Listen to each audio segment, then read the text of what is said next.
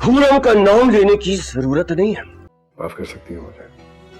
क्यों अपने आप को नाकाम कहकर शर्मिंदा हो रहे हैं? Thank you. ना तो मेरे दिल में तुम्हारे लिए कोई जगह है, ना ही इस घर में। दोस्तों, ड्रामा सीरियल बिस्मिल के आने वाले एपिसोड में आप लोग देखने वाले हैं। ये ड्रामा बहुत ही इंटरेस्टिंग बन चुका है। यहाँ पर रेहाम तो अब अपने बेटे को बहुत याद कर रही होगी। वहीं दूसरे एंड से तोकीर रेहाम के पास आता है और उसे कहता है कि जो भी तुम्हारे साथ हुआ है वो सब मेरी वजह से हुआ और मैं तुमसे माफ़ी मांगने आया हूँ। लेकिन रेहाम यहाँ पर कहती है अब माफ़ी मांगने का कोई फ़ायदा नहीं है, मैं तो तुम्हारी शक्ल तक नहीं देखना चाहती। जाओ तुम, जैसे तुम पहले उस औरत के पास चले जाते थे अब भी तुम उसी के पास चले जाओ, तुम लायक ही नहीं हो मेरे साथ रहने के।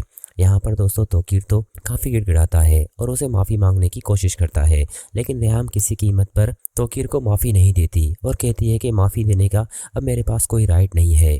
मैं नहीं चाहती कि अब मज़ीद तुम मुझे तंग करो, मैं तो चाहती हूँ बहुत जल्द मुझे तुम अपने बंधन से आज़ाद कर दो ताकि मैं यहाँ से चली ही जाऊँ। अब मैं मज़ीद तुम्हारे साथ नहीं रह सकती, तुम तो मेरे बेटे के कातिल हो। क्योंकि अगर अब मूसा हमारा बेटा होता तो तुम अपने बेटे के साथ कभी ऐसा जुल्म ना करते, लेकिन तुमने करके दिखाया। दोस्तों, यहाँ पर तोकीर रेहाम को समझाने की कोशिश करता है कि ट्राई टू अंडरस्टैंड, मेरा ऐसा कोई इरादा नहीं था, मैं तो शादी में आना चाह रहा था लेकिन मुझे नींद आ गई और मेरी उस दिन तबीयत भी ख़राब थी।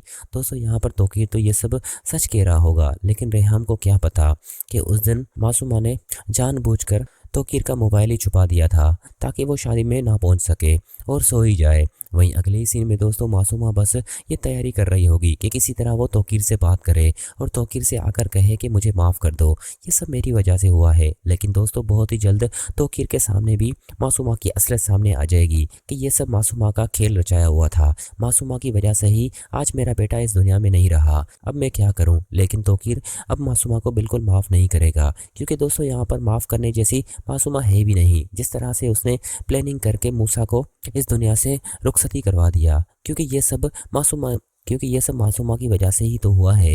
यहाँ पर मासूमा कहती है कि मैंने शादी की है, कोई गलती तो नहीं की या कोई गुनाह तो नहीं किया। हालांकि दोस्तों जिस तरह से उसने प्रिटेंड किया वो ऐसा जाहिर करना चाह रही है कि मेरा कोई कसूर नहीं है, हालांकि इन सब में मासूमा का ही कसूर है, लेकिन वो फिलहाल मान नहीं रही। वहीं अगले सीन में दोस्तों रेहाम तो अब तोकीर की शक्ल तक नहीं देखना चाहती। वो चाहती है कि किसी तरह बस अब तोकीर मुझे छोड़ दे ताकि मैं अकेली ज़िंदगी गुजार सकूँ और यहाँ से दूर चली जाऊँ।